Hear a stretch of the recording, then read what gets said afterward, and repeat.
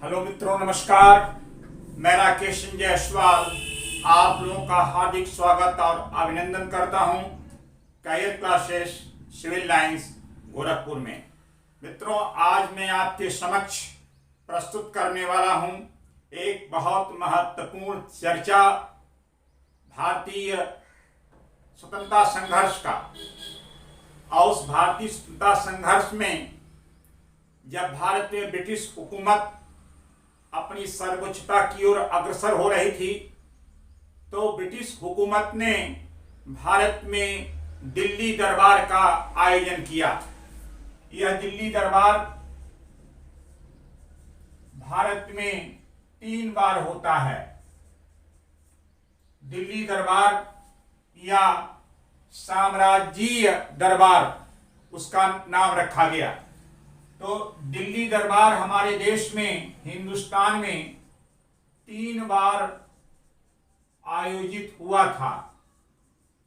यह दिल्ली दरबार first time हुआ था वर्ष 1877 में। उससे भारत का गवर्नर जनरल था लॉर्ड लीटन। भारत में दूसरा दिल्ली दरबार हुआ वर्ष 1903 में और गवर्नर जनरल था लॉर्ड कर्जन। जबकि तीसरा दिल्ली दरबार हुआ वर्ष 1911 में और उस समय भारत का गवर्नर जनरल था लॉर्ड हॉर्डिंग्स।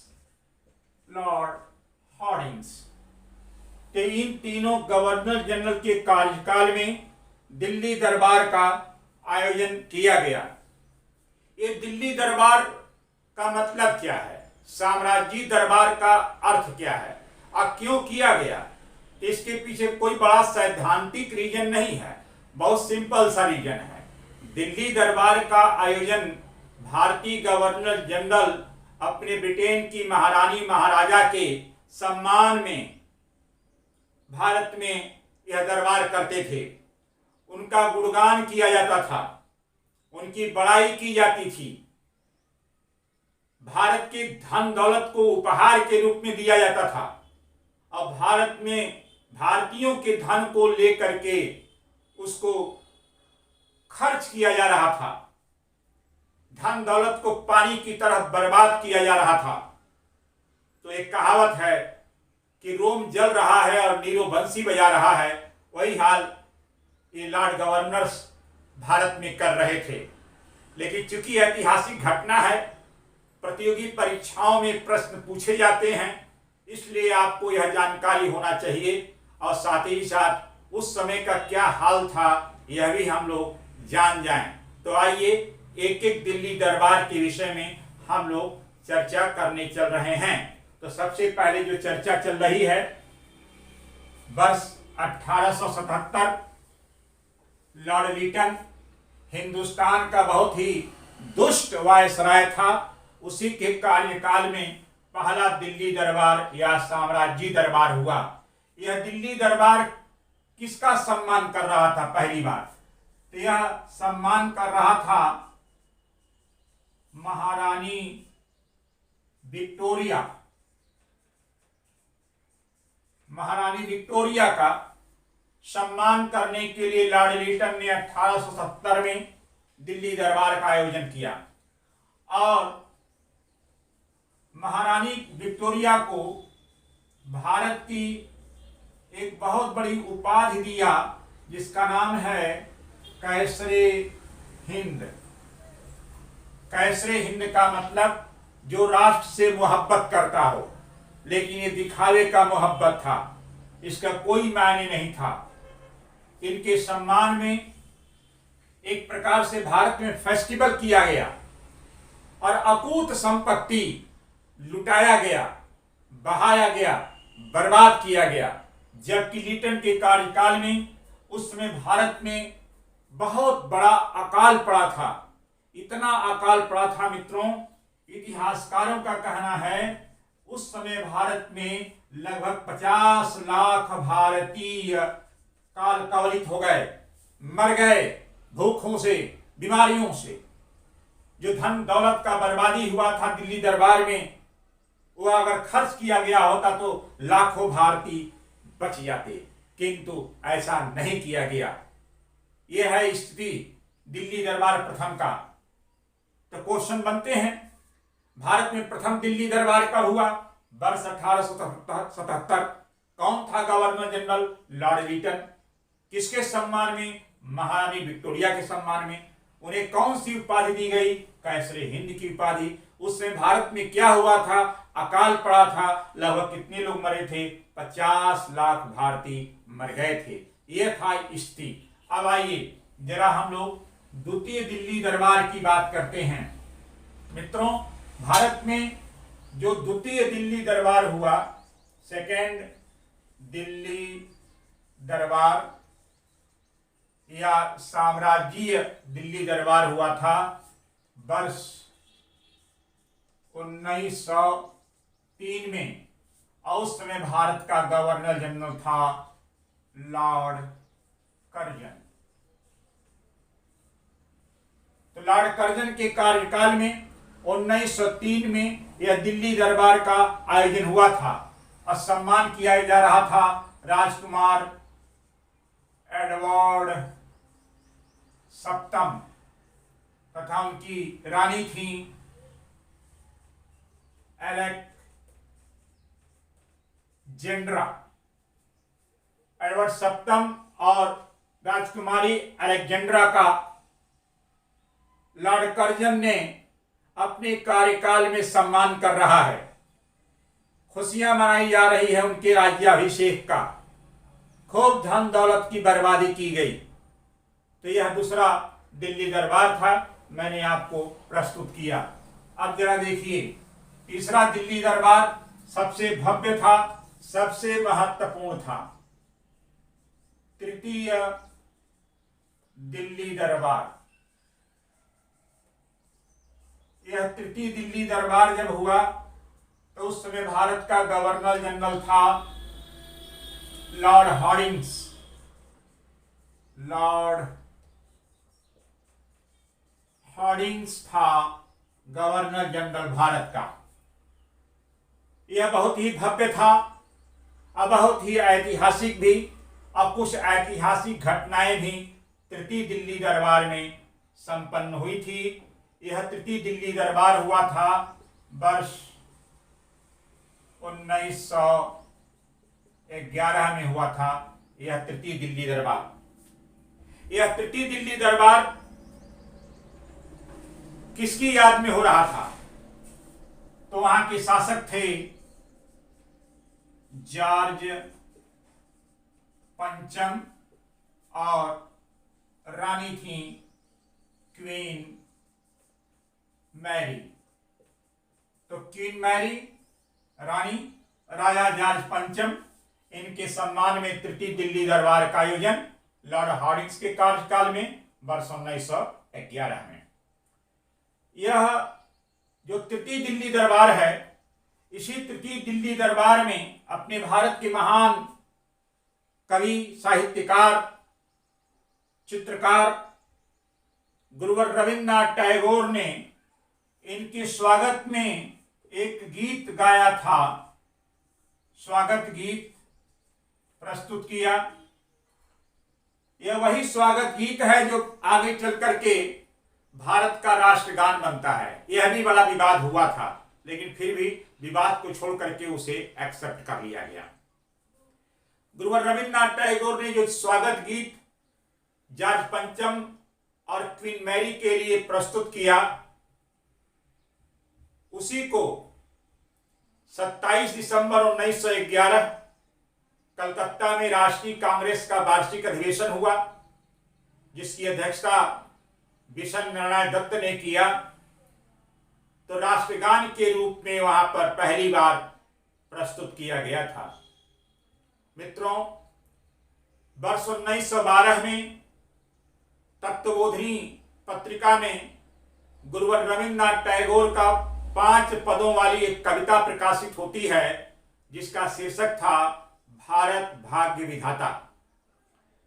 तो उस भारत भाग्य विधाता शीर्षक के तहत इन्होंने 5 पदों को प्रस्तुत किया था, जिसका पहला पद भारत का राष्ट्रगान के रूप में संविधान सभा के द्वारा 24 जनवरी 1950 को अपनाया गया।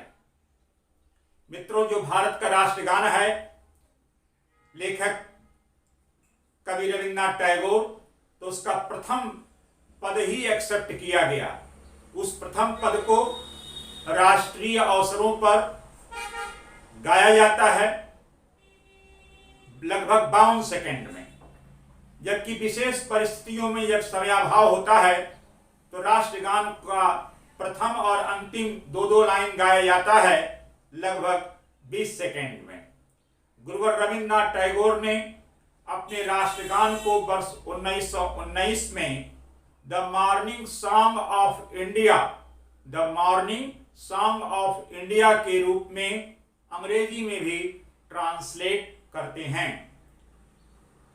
1911 का जो तृतीय भारत दरबार या साम्राज्य दरबार का आयोजन लॉर्ड हार्डिंग्स ने किया, इसमें कुछ महत्वपूर्ण घटनाएं भी घटी। एक तो राष्ट्रगान की बात हमने बतला दी, दूसरी महत्वपूर्ण घटना यह घटी कि भारत की राजधानी अब कलकत्ता से नई दिल्ली बनाने की बात कही गई।